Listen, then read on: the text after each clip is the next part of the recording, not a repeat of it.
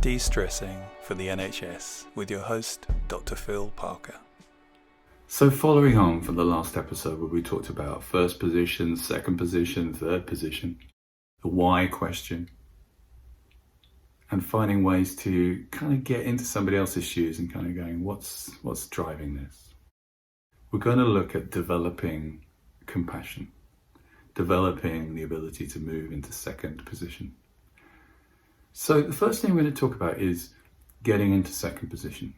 And the easiest way to do this is to think about a time when you were really good at this, when you were really, really good at getting what it's like to be somebody else. And the chances are, if you're in a caring profession, you have a great ability to do this. So think about a time when that's really strong for you, where you recognize, you know what, yeah, I was really there. I was really in that place where for me, being compassionate was just really easy because I could see that person needed it. And as you take a few minutes to get into that state, that feeling, that connection, remember who it was, what drove that behavior for you, why that was important, connecting with that feeling of second positioning, of stepping into their shoes and feeling what it feels like. And as you do that, I'd like you to notice that sense of kindness and compassion that naturally comes. It's probably a big skill for you anyway, based on what you do. And really connect with that. Really feel that feeling of compassion. And then what I'd like you to do is take a few moments to think about somebody for you who is incredibly compassionate and kind, even when they're under incredibly difficult circumstances or difficult people. You may have somebody in mind. It may even be you in a particular moment in your life. But someone who is just really, really good at this, about being able, even when stuff is being directed at them, they're able to just be kind and be consistent and be compassionate. As you connect with that person, imagine if they were there now, right here with you. What would they say to you? What would they remind you of about your ability to be compassionate? Your ability to just find it easy, to see it from their point of view, to bring that kindness that's so central to who you are. Feel what that feels like and just pour that feeling through every single part of you. And then again, imagine that it's pouring out like water out of a hose into particular circumstances and situations that for you, it would be so good to really connect with this feeling. Maybe there's some specific relationships or particular type of person that it would be so useful for you to have this quality in, even more so. Really see that. And then just flow into that situation and then feel what it feels like to start to experience that situation in this new way. Notice how that changes what you think, how you see things, the sound of your voice, how you move, how you communicate, and how much easier that becomes as a result. And then finally, we're going to walk through an exercise which comes from Buddhism. It's a compassion exercise. It's very simple and probably worth doing if you're finding that your compassion is getting a bit burnt out. First thing is to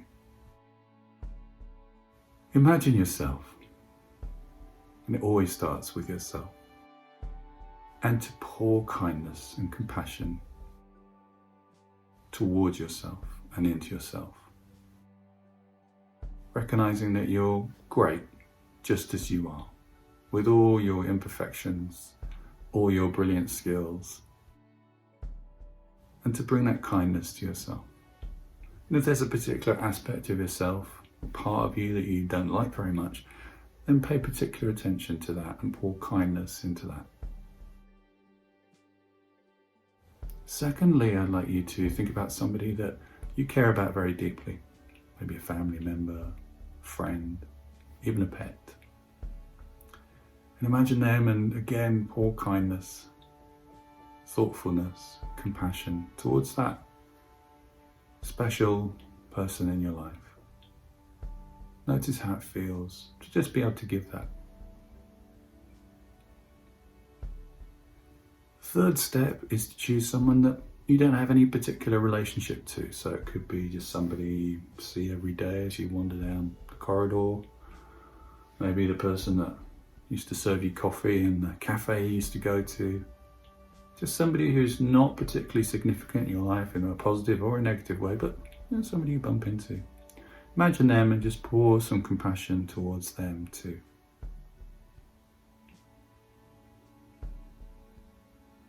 The fourth thing, which is often the most challenging but equally the most important, is to think of somebody who you felt wronged by or slighted by or who you don't have a great relationship with, and pour compassion and kindness towards them too. This is a very important part of letting go, clearing the decks, swabbing down, starting again. Recognizing that again, maybe we don't understand why they did what they did, but the chances are if they did that thing, it's probably because they weren't in a very good shape. Something calling to them from their past. Maybe it's time to let that go and be kind to them. Maybe a big ask, but it may be really important because holding on to it doesn't serve us or them, just is another bit of baggage. So finding a way to kind of just decide, I choose to let this go. The Buddha talks about being angry and being resentful as he says it's a bit like drinking poison and expecting somebody else to die. And then finally, to just give compassion out to all living things and beings. Now, it's a very simple but really valuable practice to do. There's a more developed version in Buddhism, but that will do the job. And there's some really interesting research into the importance of compassion. Compassion has kind of two directions. First of all, being compassionate to somebody else is really nice for them. But there seems to be positive effect on us by being compassionate. There's some interesting research suggesting that it affects our genetic material. The telomeres change as a result of doing this compassion exercise. So spend a bit of time thinking about first position, second position, being compassionate, connecting with that, and see what a difference that makes. I do hope you found this episode useful. Please do share it widely with your friends and family. And thank you for everything you do.